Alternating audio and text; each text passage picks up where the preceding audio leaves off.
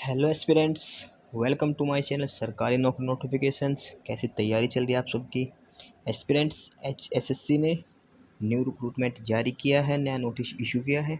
ठीक है, और ये है टीजीटी पंजाबी की पोस्ट के लिए, जो आज 12 तारीख को आज नोटिस दिया गया है। और इसमें लिख रखा है स्टार्टिंग डेट है वो 18 सितंबर से ऑनलाइन स्टार्ट हो जाएंगे एप्लीकेशन। लास्ट डेट है 9 अक्टूबर, और जो ऑफलाइन फ़ीस वगैरह चालान है उसकी लास्ट डेट है 12 अक्टूबर।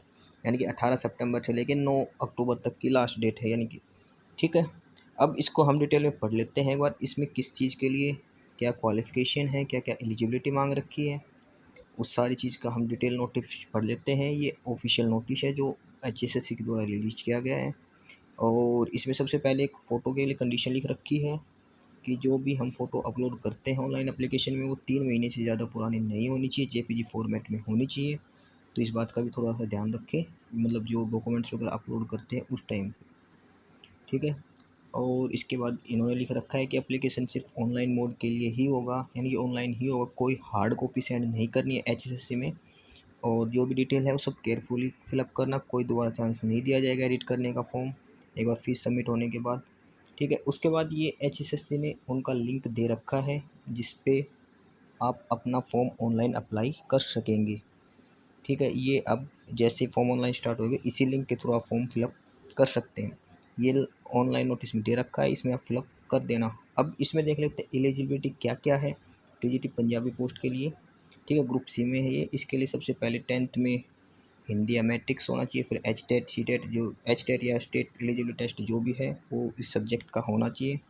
और उसके बाद इन्होंने दिखा रखा एज लिमिट है 18 से 42, पे स्केल है, और ये 4600 ग्रेड पे की पोस्ट है, ठीक है।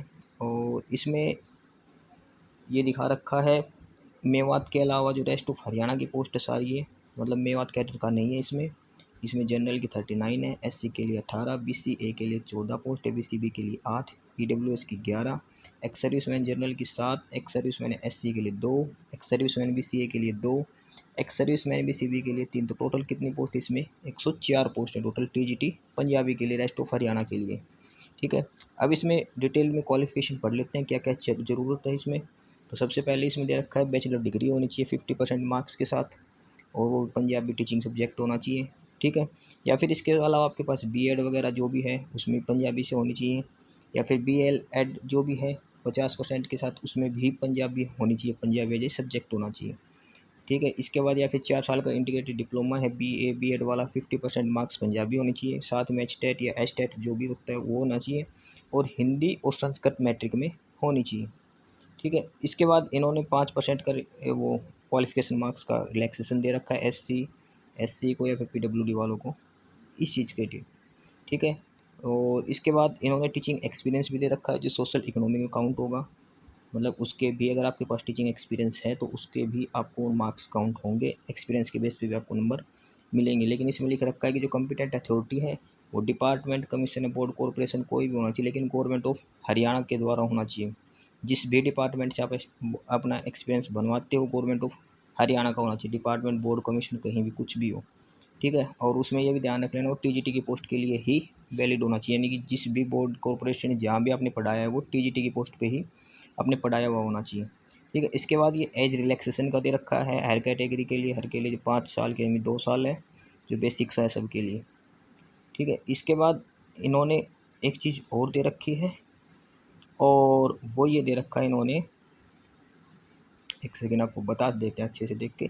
फीस कैटेगरी के लिए फ़ीस का एक बार ध्यान रखना, जो मेल कैंडिडेट हैं उनके लिए 150 है, प्लस अदर स्टेट के मेल और फीमेल उनके लिए 150, और हरियाणा से अगर कोई फीमेल कैंडिडेट है उसके लिए 75 रुपीज़ फीस। और वहीं एससी बीसी ईडब्ल्यूएस जो कैंडिडेट हैं हरियाणा के उनके लिए मेल कैंडिडेट के लिए 35 रुपीज़, 35 रुपये, फीमेल के लिए 18 रुपये, यानी कि फ़ीस बहुत ही कम दे रखी है। मेल कैंडिडेट्स के लिए 150 जनरल के लिए, बाकी के लिए 35 रुपये, और फीमेल जो हरियाणा की है उनके लिए 75 रुपये, अदर स्टेट वालों के लिए 150 रुपये, ठीक है। अब एक चीज़ और है इसमें जो हम बताने जा रहे थे वो ये है कि ये जो ओल्ड एडवर्टाइजमेंट नंबर इसका वो है 1/2020, यानी कि 2020 की भर्ती है। कैटेगरी नंबर 37 थी जो कैंसिल करके दोबारा री एडवर्टाइज की गई है। इसमें इन्होंने लिख रखा है कि जिसने भी पहले फिलअप कर रखा था उन सभी का एचएसएससी के द्वारा कैंसिल कर दिया गया है, लेकिन उसके द्वारा आपको दोबारा फिलअप करना है, लेकिन इसमें आपको सिर्फ फ़ीस नहीं पे करनी जो पहले फ़ीस पे कर रखी थी, उसका चालान वगैरह जो भी है वो आपको अपलोड कर देना है। इससे आपको फीस में रिलैक्सेशन मिलेगा। जिसने पहले फ़िलअप कर रखा था उसने फॉर्म दोबारा फ़िलअप करना ध्यान रखना। पहले वाला फॉर्म कैंसिल कर दिया गया इन्होंने, ठीक है। अब इसने दिखा रखा पेपर में क्या कुछ होएगा। 100 क्वेश्चन आएंगे इसमें और इसमें 95% मार्क्स तो होंगे वो रिटर्न एग्जाम के होंगे, 5% होंगे सोशल इकोनॉमिक क्राइटेरिया और एक्सपीरियंस के बेस पे। यानी कि ये लगा लीजिए आप 95 नंबर तो पेपर के मिलेंगे और वैसे मिलेंगे आपको।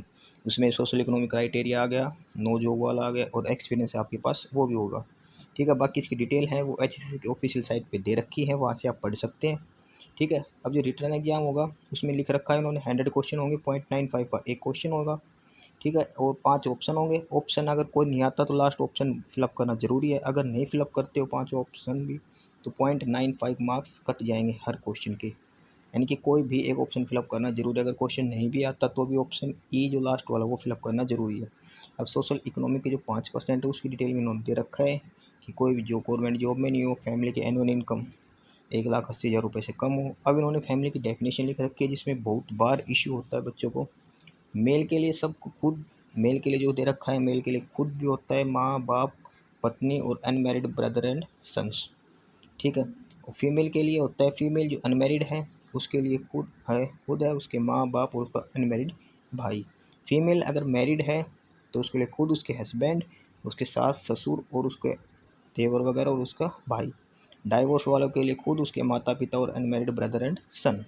एक बार जरूर ध्यान पर दे लेना फैमिली में क्या क्या है। उसके बाद विडो के लिए भी दे रखा है, हर चीज़ के लिए जो 5% का रिलैक्सेशन है वो दे रखा है, ठीक है। इसके बाद इन्होंने जो जो डॉक्यूमेंट हैं वो सब नीचे एनेक्चर लगा रखे हैं। BCA BCB के सर्टिफिकेट के लिए, EWS के लिए, वो सब आप नीचे से ऑफिशियल इस पर दे रखा है जो फॉर्मेट है, वहाँ से आप डाउनलोड कर सकते हैं, ठीक है। अब जो डॉक्यूमेंट्स लगाने हैं ऑनलाइन एप्लीकेशन में वो इन्होंने दे रखे हैं। सबसे पहले मैट्रिकुलेशन डेट ऑफ बर्थ के लिए, उसके बाद अपनी caste category certificate BCB A BCB SC EWS जो भी है, फिर जो भी कैटेगरी यानी कि सोशल इकोनॉमी के लिए यानी कि नो जॉब सर्टिफिकेट है तो वो लगाना है, ठीक है। एक्सपीरियंस है वो लगाने, स्कैन फोटोग्राफ्स, सिग्नेचर होनी चाहिए और जो भी क्वालिफिकेशन है वो सभी जो जी मैक्सिमम क्वालिफिकेशन के सभी डॉक्यूमेंट्स की स्कैन कॉपी। हरियाणा से कैंडिडेट आप हरियाणा रेजिडेंस सर्टिफिकेट लगेगा, ठीक है। और बाकी जो भी सर्टिफिकेट EWS वगैरह के सारे डॉक्यूमेंट्स अपलोड करने हैं। इस चीज़ का इन्होंने डिटेल में लिख रखा है और इन्होंने फॉर्मेट भी दे रखा है कौन सी सर्टिफिकेट किस फॉर्मेट में होनी चाहिए। ये सारा ऑफिशियल नोटिफिकेशन इन्होंने दे रखा है इसका। अगर आपको इसकी PDF चाहिए तो हमने लिंक कमेंट में डाल देंगे, नीचे डिस्क्रिप्शन बॉक्स में डाल रखा, वहाँ से आप डिटेल नोटिस पढ़ लेना, ठीक है। ये सारे था इसके बारे में। तो जो भी एलिजिबल कैंडिडेट हैं वो लास्ट डेट से पहले इसको अप्लाई कर देना, ठीक है। ये सब था इसमें डिटेल में। तो मिलते हैं नए अपडेट्स के साथ। अब हमारे चैनल को सब्सक्राइब जरूर करिए, सरकारी नौकरी नोटिफिकेशन को हमारे साथ बने रहिए। मिलते हैं नए अपडेट्स के साथ, तब तक के लिए बाय।